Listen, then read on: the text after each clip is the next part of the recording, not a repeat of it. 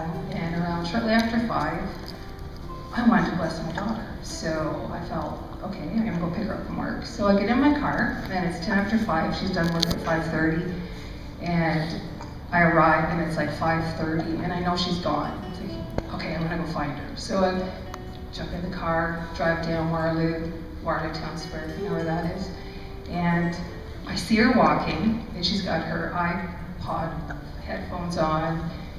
I'm screaming out the window, I put the window down, I'm, Caitlin, Caitlin, and she's just, doing her thing, ignoring Mom. So I pull in front of Gospel Light, and I get out of the car, and I'm jumping up and down this time, because she's on the other side of the road, and I'm jumping and screaming, and people are walking by her, and she's just doing her thing. She's ignoring.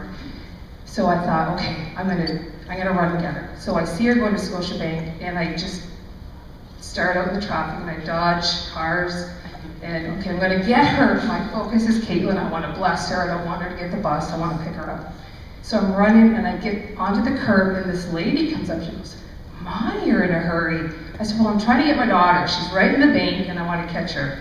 And she's like, "You are really in a hurry." And I said, "Yeah, I am in a hurry." And she said, "Well, I just arrived from British Columbia, and I live in Kitchener." She had a backpack on. She presented in need. I have Addison's disease. I need $15. My ODSP is not coming until next week, and I gotta get my medicine. And I have my keys and nothing else. I left my car unlocked, I left my purse in the car, and I'm focused. And I'm like, "I'm sorry, I have nothing. I'm really sorry." And she said, "No, that's fine, don't worry about it." And she started walking, and I'm like, Jesus, I have to help her.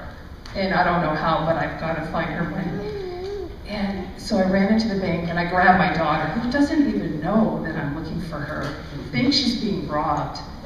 And I said, "Caitlin, I need $15, the lady who needs money." And she's in total shock. She told me afterwards, "I thought I was being robbed. Who'd rob me for $15? So I'm like, okay, it's my mother. Oh. So and then I took off, because she's at the ABM. She hasn't even got the money yet, and I took off. I'm chasing the lady down the road. "Wait, I can get you the money." So Caitlin comes out of the bank going, "Where's my mother? I have the $15. And she had to look for us. We were down by the liquor store. So she had to walk towards us. Finally, the three of us are together. I have the money, and she's like, because meanwhile, two other ladies had passed her and were cursing her because she had asked them for money, and I heard them under their breath cursing her. So I hand her the money, and I went to say, this is from Jesus, because I knew if I didn't help her, I felt like God was just saying, "You're grieving me, you can, just do it." And before I could get the words out, she says, "You two are Christians." Yeah, we are, and Jesus wants to bless you, and here's the $15. And can I give you a ride? Because she'd mentioned before she needs to go to the pharmacy. "Can I give you a ride to the pharmacy?" She's like, "Oh no, my boyfriend will take me." And I'm thinking, And she goes, "No, really, it's money is for the medication." I'm like, "It doesn't matter, it's your money." So we started to part, and then I went, "Is there anything else that I can do to help you?" And she's like, "Well, my mom's in the hospital. She lost her leg.